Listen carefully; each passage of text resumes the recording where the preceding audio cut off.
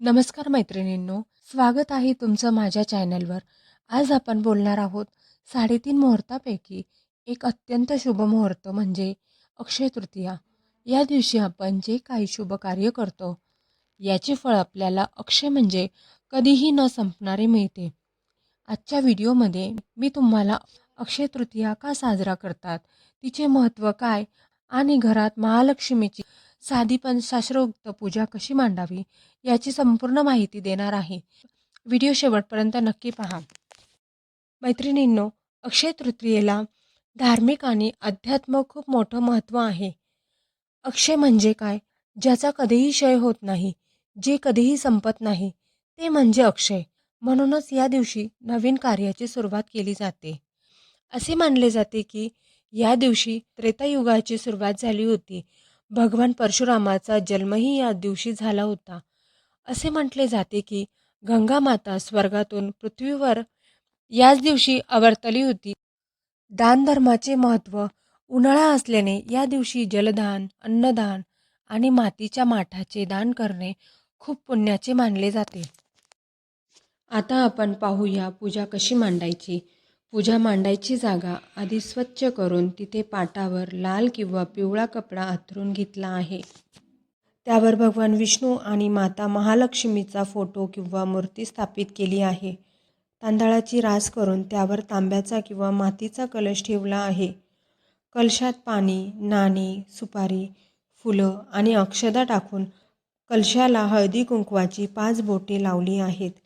बाजूला विड्याच्या पानावर सुपारी किंवा गणपती बाप्पांची मूर्ती ठेवून गणेशाची स्थापना केली आहे. बाळकृष्ण, माता महालक्ष्मी, अन्नपूर्णा माता यांचा अभिषेक घालून त्यांना स्वच्छ कपड्याने पुसून घेतले आहे. बाळकृष्णाला चंदनाचा लेप लावावा, कारण या दिवशी अक्षय थंडाव्यासाठी चंदनाची पूजा केली जाते. अक्षय तृतीयेला सण म्हटलं की आमरस, पुरणपोळी आलीच. देवीला आज नैवेद्यामध्ये आमरस, पुरणपोळी आणि कटाची आमटी याचा नैवेद्य नक्की दाखवा. जर शक्य नसेल तर साधी खडीसाखर किंवा दुधाचा नैवेद्यही चालतो. या दिवशी भगवान विष्णूंना आणि बाळकृष्णाला पिवळ्या झेंडूची फुले खूप प्रिय असतात. तर माता लक्ष्मीला गुलाबाचे फूल अर्पण केल्याने घरात प्रसन्नता वाटते. या दिवशी श्रीसूक्ताचे पठण नक्की करा. यामुळे घरात सकारात्मक ऊर्जा राहते. अक्षय तृतीयेच्या दिवशी आपल्या पितरांचे नामस्मरण करून त्यांना पाण्याचे दान व नैवेद्य अर्पण करण्याची पद्धत आहे. या दिवशी तहानलेल्याला पाणी पाजणे आणि अन्नदान करणे हे सर्वात मोठे पुण्य आहे. पूजेत अक्षदा अखंड वापरताना त्या तुटलेल्या नसाव्यात, कारण अक्षय म्हणजे ज्याचा नाश होत नाही. त्यामुळे तांदूळ अखंड असावेत. शक्य असल्यास आजच्या दिवशी मातीचा माठ दान करा आणि संध्याकाळी तुळशीपाशी दिवा लावून पूर्वजांना नमस्कार करायला विसरू नका. तर मैत्रिणींनो, अशी ही साधी आणि प्रसन्न पूजा तुम्ही या अक्षय तृतीयेला नक्की करून पहा.